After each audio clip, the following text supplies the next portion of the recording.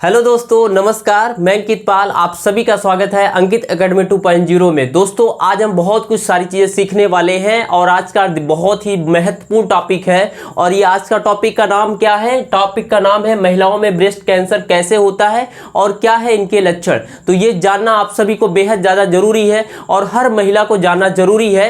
कहीं ना कहीं आज के समय में मोस्टली महिलाओं में ब्रेस्ट कैंसर हो रहा है और उन्हें पता भी नहीं चलता है, जो बाद में चल करके जब वो कई फेज क्रॉस कर जाती हैं तो फिर उन्हें पता चल पाता है।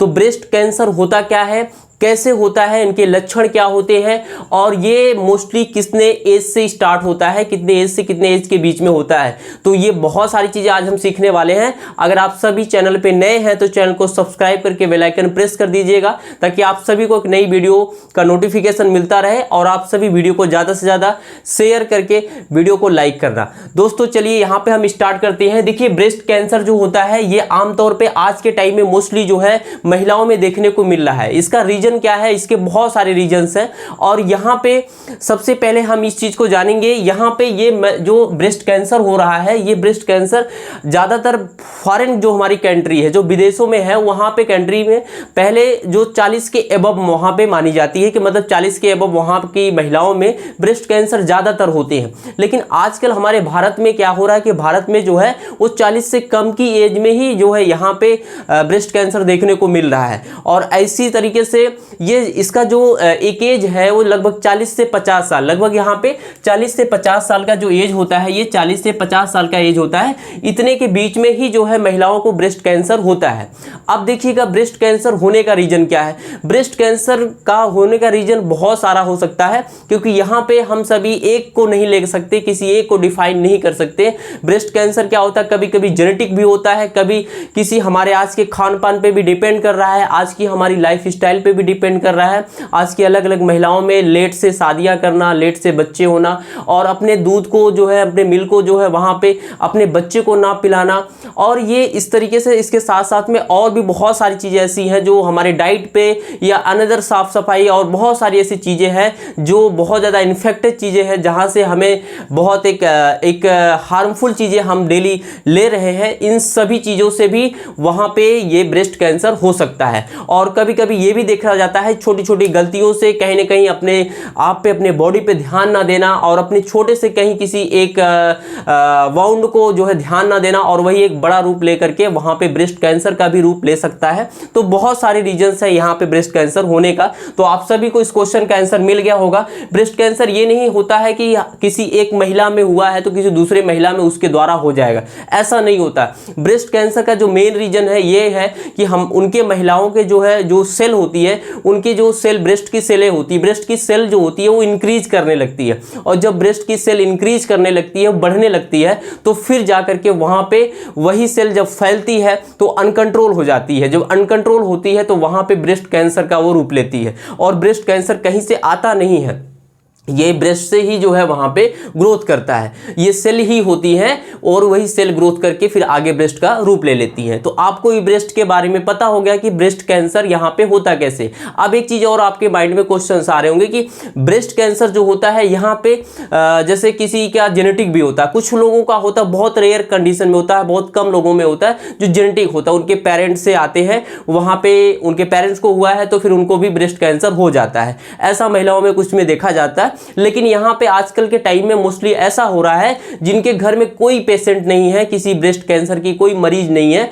उनके घर में ही जो है वहां पे मोस्टली देखने को मिल रहा है उनको ब्रेस्ट कैंसर हुआ है। तो यहां पे आज हम आप सभी को ब्रेस्ट कैंसर के अब लक्षण के बारे में बताने जा रहे हैं। तो आपको सारी चीजें क्लियर हो गई कि ब्रेस्ट कैंसर होता कैसे है। तो आज की जो लाइफ स्टाइल है, उस लाइफ स्टाइल के थ्रू जेनेटिक कुछ चीजें हैं, उसके साथ साथ में डाइट के ऊपर डिपेंड भी करती है। कुछ आज की कुछ ऐसे खान पान है, कुछ अलग अलग तरीके से, कुछ हमारे जंक फूड से रिलेटेड या केमिकल की चीजें कुछ ऐसे हम डेली ले रहे हैं, उन सभी से भी होता है। तो ये सारे जो है वहां पे हो सकते हैं। हम इसे किसी एक के लिए डिफाइन नहीं कर सकते कि नहीं इसका एक ही एक कैरेक्टर है, इसी के नाते यहाँ पे ब्रेस्ट कैंसर होता है। किसी को भी हो सकता है, इसे हम किसी एक पे डिफाइन नहीं कर पाएंगे। और ये सारे कैरेक्टर, हमें कैसे सेफ रहना, अपने आप को कैसे बचना है, इस चीज को ध्यान देना, ये सारी चीजें हमें पता होनी चाहिए।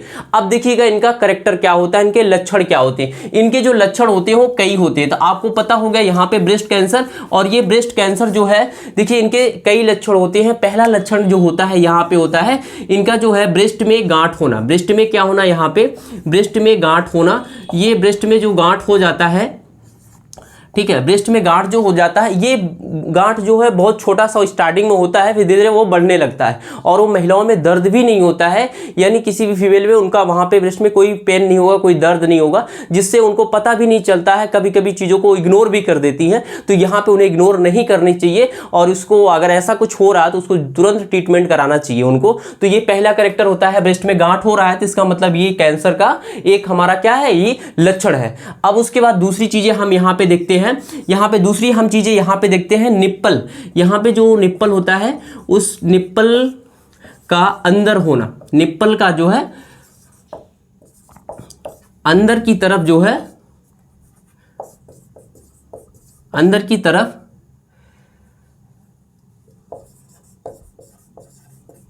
धंसना, अंदर की तरफ धंसना, निप्पल का अंदर की तरफ धंसना, ये भी एक करेक्टर है। और ये जो निप्पल उनका अंदर की तरफ धंसने लगता है तो उनको वहां पे देखना चाहिए, इसको ऑब्जर्व करना चाहिए कि निप्पल उनका अंदर तरफ हो रहा है, तो इसका मतलब वहां पे कैंसर का जो है एक लक्षण है वो भी, और उन्हें वहां पे ध्यान देना चाहिए और डॉक्टर को वहां पे ट्रीटमेंट के लिए जो है जाना चाहिए उनके पास, और वहां पे उनका ट्रीटमेंट स्टार्ट कराना चाहिए, उन्हें अपनी चीजों को शेयर करना चाहिए। अब इसके बाद नेक्स्ट तीसरा नंबर है दोस्तों, यहाँ पे तीसरा नंबर है खून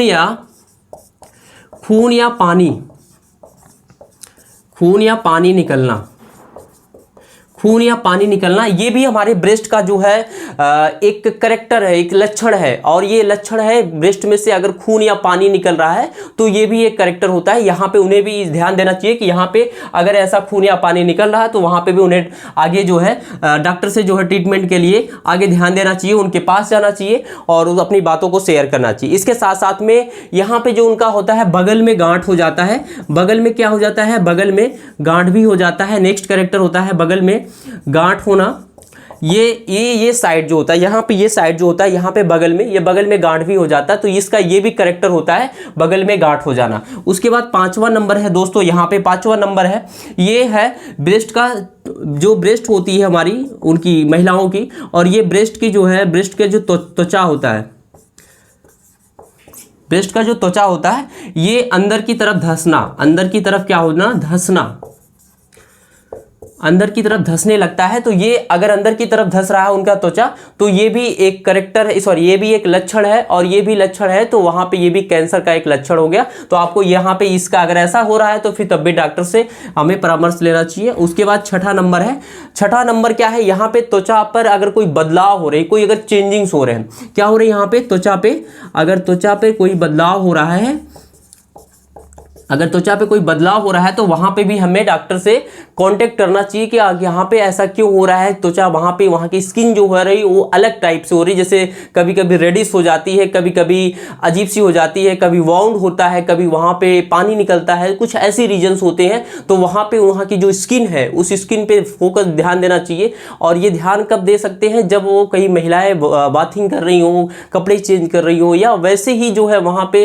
टच करके या देख सकती हैं, उसे ऑब्जर्व कर सकती हैं कि जो है यहाँ पे हमारे जो ब्रेस्ट है उस ब्रेस्ट में कोई चेंजिंग तो नहीं दिख रहा है, या वहाँ पे उनकी स्किन में कोई चेंजिंग नहीं दिख रहा है, या वहाँ पे कुछ अलग तरीके से कोई वहाँ पे लक्षण नहीं दिख रहा है, जिससे वो क्या है आगे, अगर जो महिला ध्यान नहीं देती हैं वही आगे चल के सफ़र करती हैं। तो ये इसमें कोई शर्म की बात नहीं है, अपनी बॉडी है, अपने बॉडी को वहाँ पे देख सकते हैं कि कहाँ पे क्या क्या चेंजिंग्स हो रहे हैं ब्रेस्ट में। अगर कुछ ऐसा देखने को मिल रहे हैं तो वहाँ पे आप आगे डॉक्टर से परामर्श ले सकते हैं, डॉक्टर को ट्रीटमेंट के लिए दिखा सकते हैं, और इसके लिए आपको सजग होना पड़ेगा। आपको आगे के जो है उसको खत्म करने के लिए, उसको सही करने के लिए आपको जो है वहां पे उपचार जरूर कराना पड़ेगा। एक सातवां नंबर है आपका दोस्तों, यहाँ पे ये होता है स्तन पर जो है जैसे घाव वगैरह हो जाते हैं, स्तन पर क्या होता है, स्तन पर घाव हो जाता है, स्तन पर घाव कभी कभी हो जाता है, कभी चोट लग जाती है, कभी कुछ और चीज़ ऐसी होती है, स्किन वहाँ की ऐसी खुरदुरी सी हो जाती है जो बाद में धीरे धीरे घाव हो जाता है, या कभी फोड़ी फुंसी कुछ और चीज़ें ऐसी हो जाती हैं जहाँ पे वो चीज़ें बिल्कुल उस चीज़ को जैसे एक अलग रूप देना लगते हैं। जैसे एक घाव होता है, फोड़ा फुंसी होता है, छोटे से धीरे धीरे बड़ा रूप लेने लगता है, वैसे धीरे धीरे वो चीज़ें बढ़ने लगती है। अगर घाव वगैरह होता है तो वो धीरे धीरे, अगर रेडिश होता है CF रेडियस से वो फिर बढ़ने लगता है, तो वहाँ पे अगर ऐसा कंडीशन है तो आपको तुरंत वहाँ पे ट्रीटमेंट करना चाहिए। और कुछ लोग तो ऐसे होते हैं जो बाद में बोलते ठीक हो जाएगा, बाद में हो जाएगा, तो लापरवाही बरतते हैं, ऐसा नहीं करना चाहिए। ऐसी महिलाओं को जो है ये 7 हमारे यहाँ पे करेक्टर है, ये लक्षण है, और ये 7 लक्षण को अगर ध्यान में देती हैं तो उन्हें ब्रेस्ट कैंसर नहीं हो सकता। क्योंकि अगर अपने टाइम टू टाइम अगर अपने आप को अपडेट रहेंगी, चीज़ों को जानती हैं, ये 7 के 7 करेक्टर, और अपने ब्रेस्ट को हमेशा चेक करते रहें, देखते रहें कि वहाँ पे अगर कुछ ऐसा करेक्टर दिखता है तो वहाँ पे डॉक्टर से परामर्श लेकर के अपने ट्रीटमेंट स्टार्ट करा दी। क्योंकि ये स्टार्टिंग में अगर फेज है, कैंसर देखिए एक ऐसा बीमारी है, जब अगर ये स्टार्टिंग फेज जितना जल्दी इसे पहचान में आएगा उतना जल्दी इसका ट्रीटमेंट स्टार्ट होगा, और उतनी जल्दी वो उस पेशेंट की जो है अच्छे से रिकवरी हो सकती है, यानी वो अच्छा हो सकता है। अदरवाइज जितने जितने फेज जिसका लेट होता जाएगा, जितनी इसकी फेज बढ़ती जाएगी, यानी सेकेंड, थर्ड, फोर्थ ऐसे बढ़ती जाएगी, तो जितनी फेज बढ़ जाएगी उतना ज़्यादा प्रॉब्लम होता है, उतना कम संभावनाएं होती हैं आगे को वहाँ पे उन्हें ठीक होने की।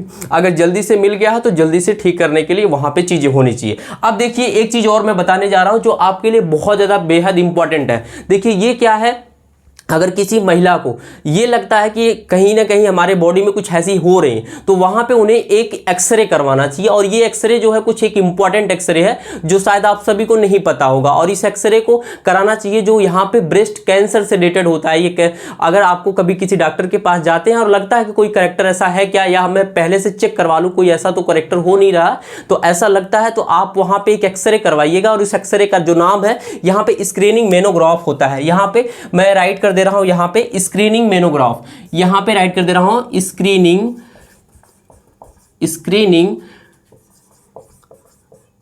मेनोग्राम।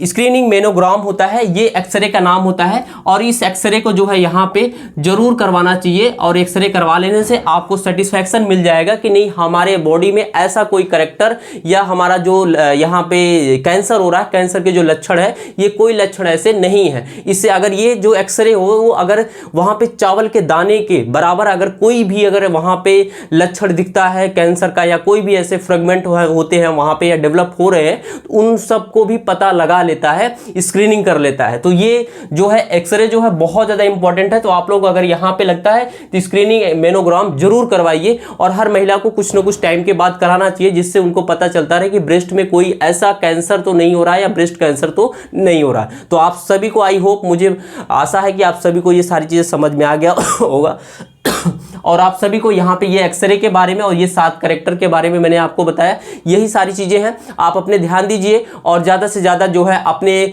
हर एक चीज़ों को फॉलो करिए जो आपके लिए इंपॉर्टेंट है, जो वहाँ पे ये ब्रेस्ट कैंसर जैसे डिजीज़ को वहाँ पे रोक सकता है। जैसे एक्सरसाइज हो गया, अपने अच्छे डाइट का और बॉडी का केयर करना, और उसके साथ साथ में डेली अपने आप को जितना हो सके जो है अपने अलग वैसे फूड से जो है अपने आप को दूर रखना, जो हमारे लिए बहुत ज़्यादा हार्मफुल है, जो केमिकल चीज़ें उसमें ज़्यादा पाई जा रही हैं, जब कुछ बहुत सारी ऐसी चीज़ें हैं जहाँ पे हमारे बॉडी के लिए बहुत ज़्यादा हार्मफुल होती है। तो उन सभी से बच के रहोगे तो आपको कैंसर नहीं होगा। और कहीं ना कहीं ये किसी एक पे डिफाइन नहीं हो सकता। अभी मैं बोल रहा हूँ कि किसी एक पे डिफाइन नहीं हो सकता कि किसी एक कैरेक्टर के नाते होता है किसी एक लक्षण, बट ये सारे लक्षण अगर दिखते हैं तो आप वहाँ पे डॉक्टर से जरूर परामर्श लें। आई होप आप सभी को समझ में आया होगा, और वीडियो अच्छा लगा हो वीडियो को लाइक करना, शेयर करना, चैनल पे नए चैनल को सब्सक्राइब करके बेल आइकन जरूर प्रेस करना, इस वीडियो को ज़्यादा से ज़्यादा लोगों तक शेयर करना। Thank you.